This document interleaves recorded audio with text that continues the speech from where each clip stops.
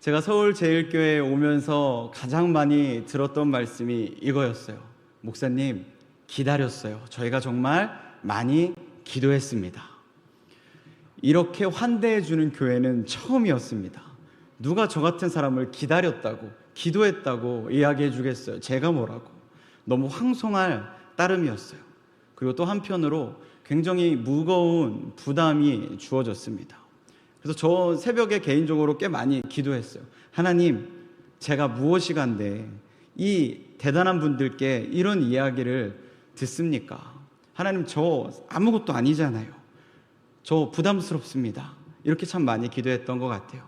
근데 그때 하나님이 주셨던 응답이 너는 모세가 아니야, 다윗이 아니야 였습니다.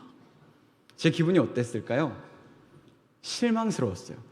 하나님, 제가 지금 하나님께 좀 이렇게 위로를 구했는데, 격려를 구했는데, 하나님 저보고 너 모세야, 다윗이야 이렇게 해주셔야지 아니라고 하시면 어떡합니까?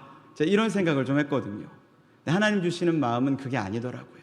계속해서 주시는 마음이 너는 다윗이 아니고 모세가 아니고 너는 내가 사랑하는 오직 너야 라는 마음을 주시더라고요. 제가 대단해서 엄청난 역사를 이룰 수 있습니까? 없습니다. 전 그런 사람이 아니에요. 모세의 때에도, 그 엄청난 지도자의 때에도 사람들은 악하였고요. 다윗의 그 엄청난 지도력이 있을 때에도 세상은 흔들렸습니다. 지도자, 담당 목사, 어떤 교육자가 중요한 게 아니에요.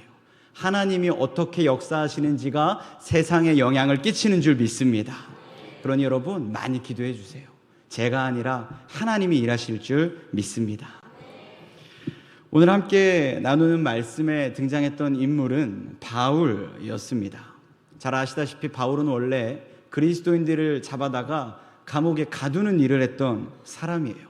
그리스도인들을 향한 엄청난 박해를 쏟아부었던 사람입니다. 그래서 이 바울이 그리스도인들에게는 정말 달갑지 않은 그런 사람이었어요. 그런데 어떻습니까? 예수님은 하필 그런 바울을 부르셨습니다. 더 이상 그리스도인들을 박해하는 자가 아니라 이제 이방에 나가 복음을 전하는 사람이 되도록 예수님 그를 부르시고 사용하셨어요. 하나님께서 우리를 부르시는 것은 이와 같습니다. 우리의 상식과 이해가 아니라 전적인 하나님의 주권 아래 있어요. 여러분, 이 점을 꼭 기억하시기를 바랍니다. 이 예수님이 부르셨던 바울은 당대 최고의 엘리트였습니다. 최고의 유대교 랍비라 할 수 있었던 이 가말리엘의 수하에서 수학했던 사람이었고, 이 세계를 호령하던 로마의 시민권을 가진 사람이었어요. 만약 예수님이 그를 부르시지 않았다면 뭐가 돼도 됐을 그런 사람입니다. 그런데 그런 사람이 말씀을 보니까 어떻습니까? 세상적인 성공자로 대단한 이름을 떨치는 것이 아니라 복음 전도자로, 이방인 전도자로 쓰임 받았습니다. 굉장히 이례적인 일이에요. 그렇게 실력 있고 능력 있고 출중하면 잘 나가는 일을 계속 해야죠. 근데 그게 아니라 복음을 전하는 자로, 사람들에게 비방을 받지만 예수를 전하는 자로 주님 그렇게 사용하셨습니다. 그래도 감사하게도 그의 사역의 결과를 보면 어땠냐면 그 사역이 꽤 괜찮았어요. 수많은 이방인들이 이 바울을 통해서 예수 그리스도의 복음을 듣고 주께 돌아오게 되었습니다. 온 세계와 열방이 이 복음이 전파되어지는 놀라운 사역에 하나님께서 바울을 귀하게 들어서 사용하셨어요. 엄청난 일입니다. 그렇게 생각하면요, 우리는 바울이 실력이 있으니까, 능력이 있으니까 그가 했던 이런 사역의 결과도 다 좋을 수 있었구나, 우리 그렇게 쉽게 지레짐작할 수 있습니다.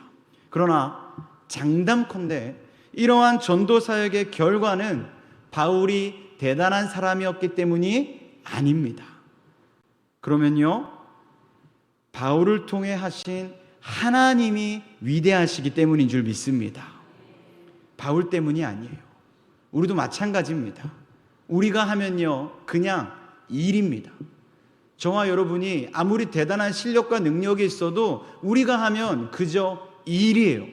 그런데 하나님이 하시면 역사인 줄 믿습니다. 사랑하는 여러분, 하나님께서 그렇게 귀하게 쓰시는 역사의 사람, 저와 여러분이 먼저 될 수 있기를 축복합니다. 하나님께서 이렇게 바울을 귀하게 사용하시니까 정말 그가 가는 곳마다 하나님의 놀라운 일들이 일어났습니다. 그러나 이렇게 놀라운 일들을 경험하고 있음에도 불구하고 바울의 사역 환경을 보면 어땠냐면 참 힘들었어요. 하나님이 정말 귀하게 쓰시고 역사를 보여주시는데 그럼에도 불구하고 바울의 사역은 늘 힘들었습니다. 우리 한번 본문 4절과 5절의 말씀을 읽어볼까요? 한번 같이 읽어보겠습니다. 오직 모든 일에 하나님의 일꾼으로 자천하여 많이 견디는 것과 환난과 궁핍과 고난과 매맞음과 갇힘과 난동과 수고로움과 자지 못함과 먹지 못함 가운데서도. 지금 바울이 하는 일들은요, 하나님께서 바울에게 전적으로 맡기신 일들이었습니다. 하나님이 시키신 거예요. 그런데 하나님이 시키신 일을 하면서도 바울의 삶에는 이런 어려움들이 절대 끊어지지를 않았습니다. 바울이 자원한 게 아니거든요. 하나님 제가 할게요 한 게 아닙니다. 가만히 있는 사람, 지 할 일 잘하고 있는 사람을 예수님 갑자기 나타나셔서 부르셔가지고 데려다 쓰셨어요. 바울의 의지가 아니었습니다. 하나님 그렇게 쓰신 거예요. 그러면 우리 입장에서는 어떻습니까? 하나님 나를 그렇게 갑자기 가져다 쓰시면요, 하나님 제 의지 아닌 거 아시죠? 하나님 책임지셔야 됩니다. 제가 이거 하고 싶어서 하는 거 아니에요. 저 수 틀리면 나가요. 이게 우리의 생각일 수 있거든요. 바울도 마찬가지겠죠. 수 틀리면 나가고 싶을 수 있고요. 하나님이 강제로 시키셨으니까 이거 어떻게든 하나님이 책임져 주셔야 된다. 왜 시켜놓고 내버려 두시냐? 이렇게 따질 만한 그런 모든 상황 가운데 놓여져 있던 사람이에요. 근데 바울의 이야기를 보면 어떻습니까? 그런 고백들이 기록되어 있지가 않아요. 우리가 신앙생활할 때 하나님은 우리를 사람을 통해 또는 교회를 통해 환경을 통해 여러 모양으로 하나님의 일들을 맡기십니다. 근데 그 일들을 감당하다 보면 때론 그 일들로 인해서 우리에게 찾아오는 이 어려움들이 있어요. 바울의 고백처럼 매맞고 갇히고 난동도 겪고 수고롭고 자지 못하고 먹지 못하고 환난과 궁핍과 수치와 모욕과 오해와 비난과 비판과 상처와 그로 인한 아픔, 물론 이 모든 것들이 한 번에 오진 않겠지만 이 중에 몇 가지라도 우리에게 분명 찾아올 때가 있었습니다. 그때마다 어떠셨어요? 눈물로 밤을 지새우며 신음하지 않으셨습니까? 우리의 상황이 늘 그래요. 하나님 우리를 분명 시키셨는데 여러 환경과 여건을 통해서 우리에게 이 일을 맡기셨는데 자원하는 마음이 아니었더라도 순종하는 마음으로 아멘 주여 하겠습니다 달려들었는데 그 모든 시간들에 이런 어려움들이 자꾸만 우리를 괴롭게 합니다. 물론 우리가 이 하나님의 일들을 감당한다고 해서 이 일을 다 경험하는 건 아니에요. 그럼 진짜 큰일 납니다. 다만 방금 말씀드렸던 나열했던 그 많은 일들 가운데 적어도 몇 가지는, 없어도 한두 가지 정도는 우리 다 경험해 보면서 이 길을 걸어가고 있어요. 쉽지 않죠. 이 중에 한두 가지라도 내게 닥쳐오면 그때마다 그만두고 싶고요, 마음이 어려지고요, 때로는 교회로부터 도망가 버리고 싶은, 목사님들이 전화 드리면 그 전화도 다 끊고 싶은 그런 마음이 들 때가 우리 안에 있습니다. 아무리 처음에 순종하는 마음으로 기쁜 마음으로 시작하지만 조금만 문제들이 찾아오고 상황이 어려워지면 순종보다 자원보다 마지못해 기쁨이 없는, 진심 없는 그 텅 빈 마음으로 하나님의 일들을 감당할 때가 우리에게 너무 많이 있어요. 혹여라도 이 자리에 계신 분들 가운데 지금 혹시라도 그런 일들을 경험하고 계시다면 이 시간 하나님만이 주실 수 있는 그 놀라운 위로와 은혜와 평강을 이 시간 누리게 되시기를 축복합니다. 지금 우리가 함께 읽었던 이 말씀은 계속해서 바울의 기록입니다. 바울이 자기 이야기를 편지로 써가면서 자기의 고백들을 담아낸 내용이에요.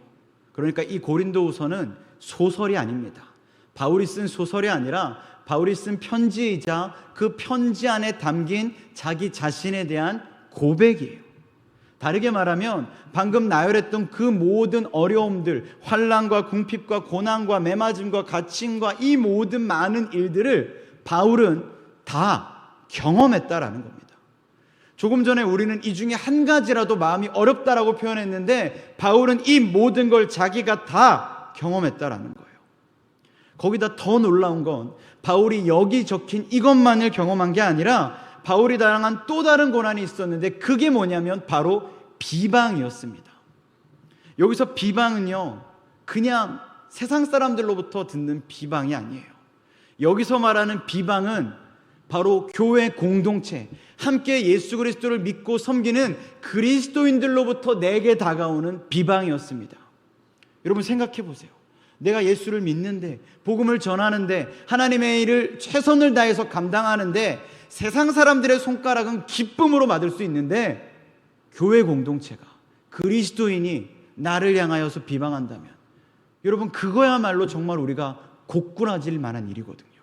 성경의 표현대로 자빠질 만한 일이거든요. 근데 지금 바울이 그 일을 당하고 있어요. 난 분명 예수 그리스도를 통해 부르심을 받았는데 사도라 인정함을 받지 못하고 사도로서의 이 모든 사도성을 부정당하며 비방당하는 이 자신의 사역 환경이 너무나도 한스러운 이런 바울의 모습들이 있는 겁니다. 바울 입장에서 얼마나 억울하겠어요. 나 분명 예수님이 날 부르셨는데 예수님의 부르심 경험했고 나 이제 그분을 위해 목숨을 내놓고 사역하는데 잘했다 칭찬해 주는 게 아니라 오히려 손가락질하며 진정성을 의심하고 있으니까 얼마나 마음이 힘들겠습니까? 그럼에도 불구하고 바울은 이 어려움 속에 포기하지를 않습니다. 지금 걸어가는 이 길이, 하나님의 일을 감당하는 이 일이 매일같이 어려움들 투성이었음에도 불구하고 포기하거나 좌절하거나 멈춰 서지를 않아요. 그저 달려가기만을 힘쓰고 있습니다. 그래서 바울이 자기가 지금 이 어려운 상황 속에서도 하나님 나라를 향해 달려가는 자신의 모습들을, 각오를 이렇게 고백하고 있어요. 우리 한번 6절과 7절의 말씀을 읽어보겠습니다. 깨끗함과 지식과 오래 참음과 자비함과 성령의 감화와 거짓이 없는 사랑과 진리의 말씀과 하나님의 능력으로 의의 무기를 좌우에 가지고. 아멘. 바울의 상황이요 정말 좋지 않습니다. 죄송합니다.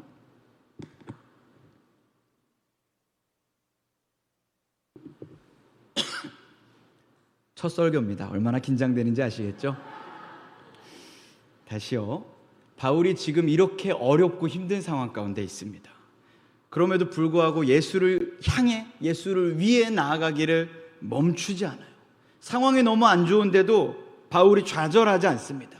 그런 상황인데도 바울은 오히려 뭐라고 고백합니까? 그럴수록 우리가 더 깨끗하고, 그럴수록 더 하나님을 알고, 그럴수록 더 참고 이해하고, 그럴수록 더 하나님을 의지해야 한다. 그게 바로 바울의 고백입니다. 힘들어 죽겠는데 모두가 그만두라고 붙잡는 것 같은데 상황이 그렇게 보여주고 있는데 바울은 아니라는 거예요. 그럴수록 더 나는 하나님을 위해, 하나님 나라를 향해 하겠다라는 겁니다. 저와 여러분에게 이 믿음의 결단이 있기를 축복합니다. 예수 그리스도를 위해서 내가 이 길을 나아가겠노라. 내 발걸음이 가볍지 않고 내 가는 길이 평탄하지 않아도 그럼에도 불구하고 주님을 위해, 예수 그리스도를 위해 이 길을 가겠노라. 이 믿음의 결단이 있으면요 주님 우리를 결코 놓치지 않으실 줄 믿습니다. 바울의 사역도 마찬가지예요. 바울이 이렇게 엄청난 결단을 가지고 이 모든 환난을 극복하며 나아갈 수 있었던 이유도 동일합니다. 예수 그리스도 때문이었어요. 바울이 예수를 어떻게 만났습니까? 사도행전 9장 4절과 5절에 이렇게 말씀해요. 땅에 엎드러져 들음에 소리가 있어 이르되 사울아 사울아 내가 어찌하여 나를 박해하느냐 하시거늘 대답하되 주여 누구시니까 이르시되 나는 내가 박해하는 예수라. 주님 그렇게 바울을 부르셨습니다. 뭐라고 부르셨어요? 나는 내가 박해하는 예수라라고 부르셨습니다. 바울이 원래 어떤 사람이었어요? 예수 믿는 사람, 박해하는 사람이었습니다. 인간적인 생각으로 보면 예수님께 원수 같은 사람이에요. 좀 과감한 말로 찢어 죽여도 시원찮을 사람이 바울일 수 있습니다. 근데 예수님 그런 바울에게 뭐라고 하셨다고요? 나는 내가 박해하는 예수라. 그리고 그를 부르셨습니다. 원수 같은 자인데, 너에게 박해받는 그 예수가 난데 내가 지금 너를 지명하여 부른다라는 거예요. 예수님 어떤 마음이십니까? 원수도 사랑하시는 마음입니다. 찢어 죽여도 시원찮을 사람을 품으시는 마음입니다. 안아주시고 십자가에 못 박혀 죽으심으로 그를 구원하기를 작정하시는 그 예수님의 마음이 지금 바울은 이 예수님의 부르심을 통해서 고스란히 경험되어지고 있었던 거예요. 그러니까 바울이 포기할 수 있습니까? 포기가 안 돼요.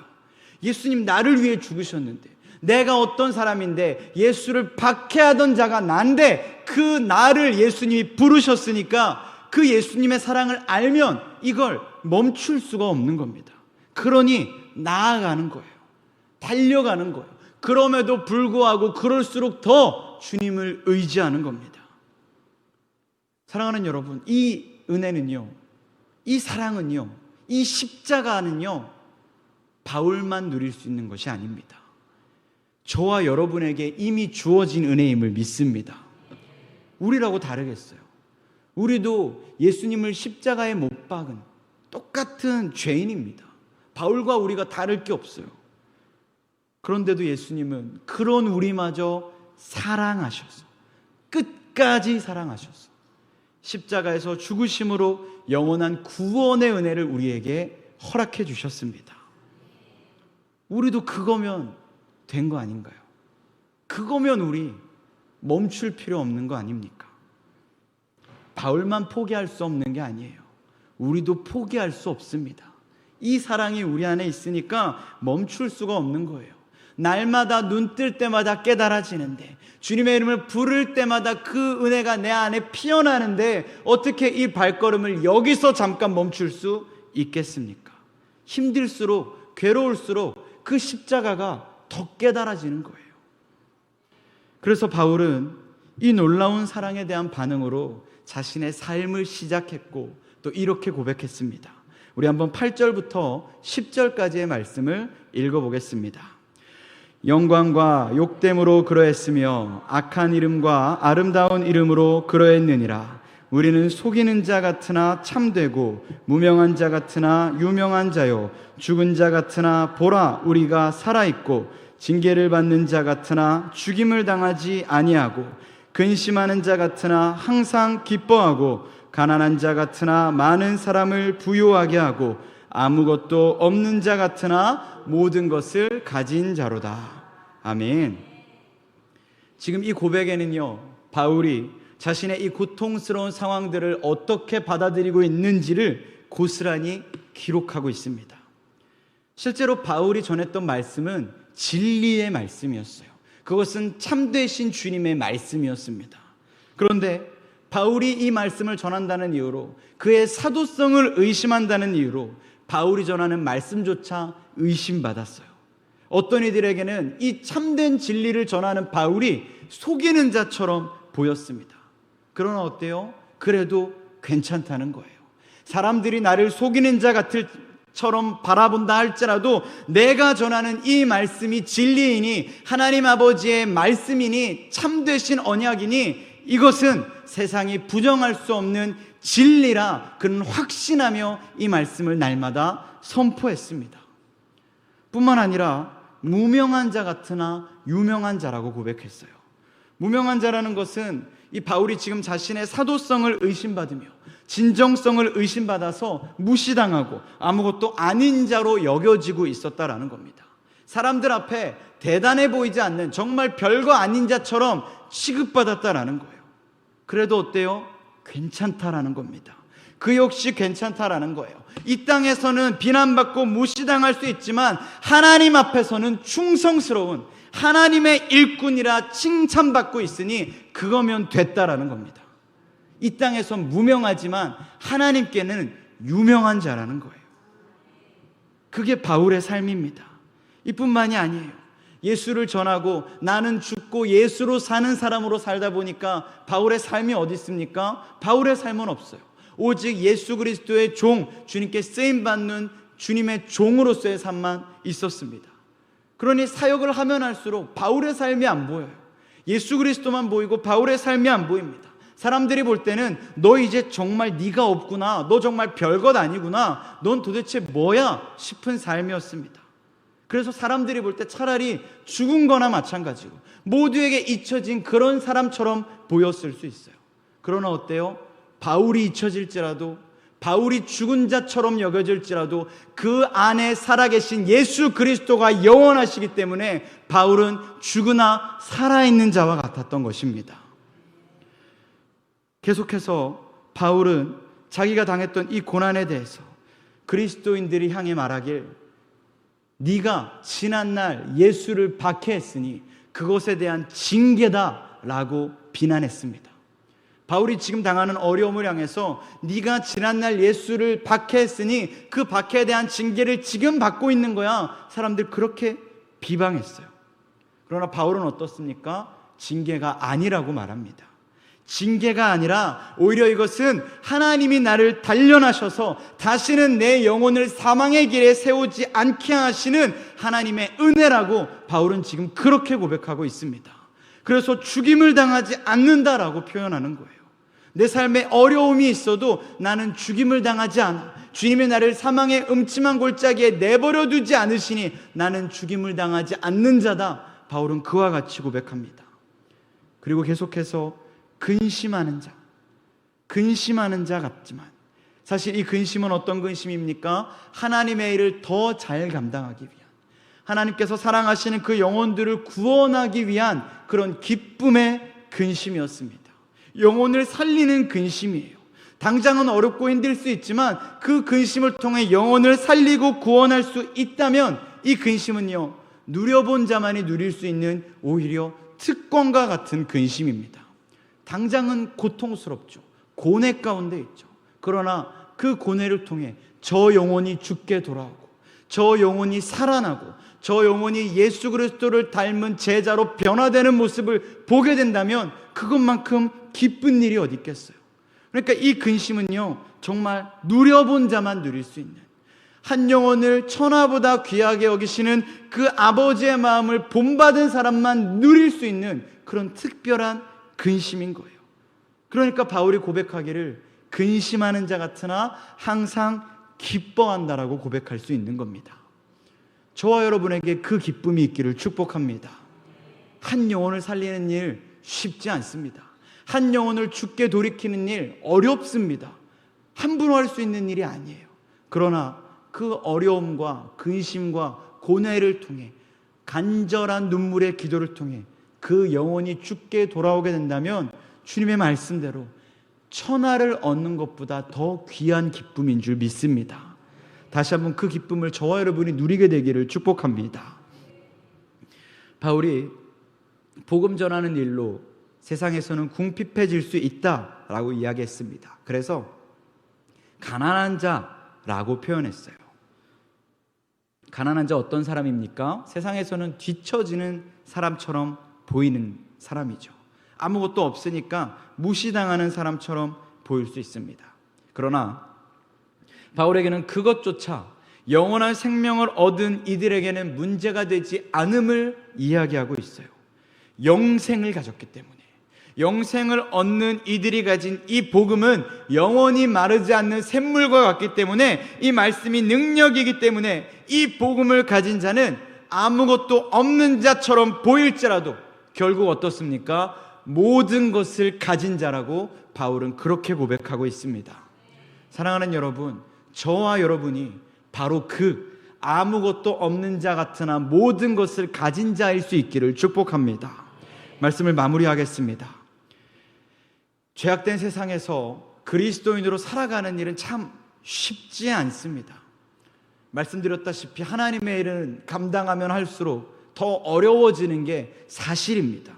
더 힘들어지는 게 현실이고요. 지쳐만 가는 게 우리의 모습입니다. 그래서 차라리 어떨 때는 내가 예수를 몰랐으면 좋았을 걸 할 때가 있어요. 예수를 몰랐을 때 차라리 더 편했거든요. 그땐 죄 지어도 죄인지를 몰랐습니다. 예수 잊어버려도 잊은지 몰랐습니다. 오히려 내 삶이 마냥 재밌기만 했어요. 근데 예수를 알고 나니까요, 이 작은 것 하나도 죄로부터 오는 찔림이 있고 돌이킴이 있고 죄와 싸우는 버거움이 있습니다. 그래서 정말 쉽지 않아요. 그러나 여러분 기억하셔야 됩니다. 만일 여러분이 지금 바로 그 고통, 그리스도인으로 살아가는 그 삶의 무게로 힘겨워하고 계시다면 여러분 사실 축하받으셔야 되는 거예요. 왜 그렇습니까? 그 고통이 바로 우리가 그리스도인으로서 세상과 구별되어 살아가고 있다는 증거가 되기 때문입니다. 세상과 동요되어 살아가면요, 이 죄가 우리를 아프게 하지 않습니다. 이 삶이 우리를 버겁게 하지 않습니다. 그런데 세상과 구별되어 살아가니까, 세상과 다른 하나님의 방법으로 살아가니까 이 죄악된 세상을 딛고 있다 보니까 이게 버겁고 힘들게 느껴지는 거예요. 버겁고 힘들수록 우리는 깨달아야 됩니다. 그래도 주님, 제가 잘 가고 있군요. 그러니 여러분, 그리스도인으로 살려고 애쓸수록 버겁고 힘겨워진다는 것을 기억하시고 이 쉽지 않은 일들로 눈물 짓고 계신 지금의 삶을 감사하실 수 있기를 축복합니다. 꼭 기억하셔야 돼요. 잘못 살고 계신 게 아니라 오히려 잘 살고 계신 겁니다. 저들이 고난 없이, 고통 없이, 슬픔 없이 떵떵거리며 살고 있는 것을 우리는 잘 살다 표현하지만 아셔야 돼요. 잘 못 살고 있는 겁니다. 예수 그리스도를 위해 눈물로 살아가는 우리가 주님 앞에 잘 살고 있는 거예요. 그래서 바울이 뭐라고 고백했습니까? 무명한 자 같으나 유명한 자라고 했습니다. 세상이 볼 때 우리는 잘 못 사는 사람들이에요. 무명한 자와 같습니다. 그런데 그래도 돼요. 이 땅에서 우리가 못 사는 자 같고 잘 못 사는 자 같고 무명해서 사람들이 안아주지 않는 삶을 살고 있는 것 같지만, 그럼에도 불구하고 예수 그리스도의 길을 믿음으로 이 악물고 악착같이 걸어가고 있다면 사람들이 우리를 잊어버릴지라도 하나님은 우리를 기억하고 계신 줄 믿습니다. 그래서 유명한 자예요. 사람들이 우리를 아무리 몰라줘도 우리 하나님 나라에서는 하나님께서 우리의 이름을 입에 침이 마르도록 자랑하고 계실 것입니다. 천국에서는 이미 가장 유명해져 있을 거예요. 이 땅에 누구, 내가 개를 아는 데 있잖아. 개가 이 척박한 세상에서 정말 이 악물고 악착같이 세상의 고뇌를 이기며 자기 십자가를 지고 예수의 길을 걸어가고 있더라. 너 개를 주목해야 돼. 주님이 여러분을 그렇게 자랑하신다니까요. 여러분 기대하십시오. 우리가 주님께 그렇게 칭찬받고 주님께 그렇게 자랑스러운 자로, 주님 앞에 유명한 자로 살다가 주님 앞에 서게 되면요, 우리의 모습이 피투성이로, 좀 죄송한 표현이지만 정말 피떡으로 지친 모습으로 주님 앞에 서게 될 수는 있어요. 근데 그때 그 주님의 문을 두드리기도 전에 주님 먼저 버선발로 뛰어나와 저와 여러분을 안아주실 겁니다. 내가 너를 기다렸어. 내가 너를 기다렸어. 얼마나 기다렸는지 몰라. 그리고 씌워주십니다. 빛나는 의의 면류관. 저와 여러분, 그거면 되겠지 않겠습니까? 그거면 우리가 여기서 포기할 이유가 없지 않겠습니까? 사랑하는 여러분, 바라기는 저와 여러분 모두가 그 바울과 같이 이 땅에서는 무명할지라도 천국에서 유명한 자로 살아갈 수 있기를 축복합니다. 이 땅에서의 어떠함보다 하나님 나라의 소망을 두고 그날을 꿈꾸며 살아가는, 영원하고 진정한 것에 가치를 두는 무명한 자 같으나 유명한 자요, 아무것도 없는 자 같으나 모든 것을 가진 자가 될 수 있는 저와 여러분, 우리 서울제일교회 모든 성도님들 다 될 수 있기를 이 시간 주님의 이름으로 간절히 축원합니다. 아멘. 기도하겠습니다. 우리 시간 함께 기도하며 나아갈 때, 주님, 우리가 이 땅에서의 삶에 늘 가치를 두며 살 때가 있었습니다. 그러나 이제 주님 다시 말씀을 통해 돌이킵니다. 이 땅에서 우리가 때론 무명한 자 같을지라도 주님 앞에 유명한 자로, 주님이 자랑하시는 자로, 주님 앞에 톡톡히 기억되는 자로, 그리스도인으로 살아내는 우리가 되게 하여 주시옵소서. 또한 우리 서울 제일교회를 주님 기억하여 주셔서 주님이 기뻐하시는, 주님께서 찾으시는, 주님이 기대하시는 주님의 몸된 교회가 되게 하시고, 특별히 내일 모레 있을 사무총회가 성총회가 될 수 있도록 주님 축복하여 주시며, 둔촌동 시대가 활짝 열릴 수 있도록 주님 역사하여 주시고, 다음 세대 가운데 소망을 두게 하셔서 성령의 불같은 세대가 일어나게 하여 주시고, 주님께서 우리 다음 세대를 통하여서 천하를 어지럽히는 귀한 믿음의 세대가 일어날 수 있도록 주여 도와주시옵소서. 우리 시간 간절한 마음으로 주님의 이름 3번 부르고 자유롭게 기도한 후에 돌아가도록 하겠습니다. 우리 기도하며 나아갑니다. 주여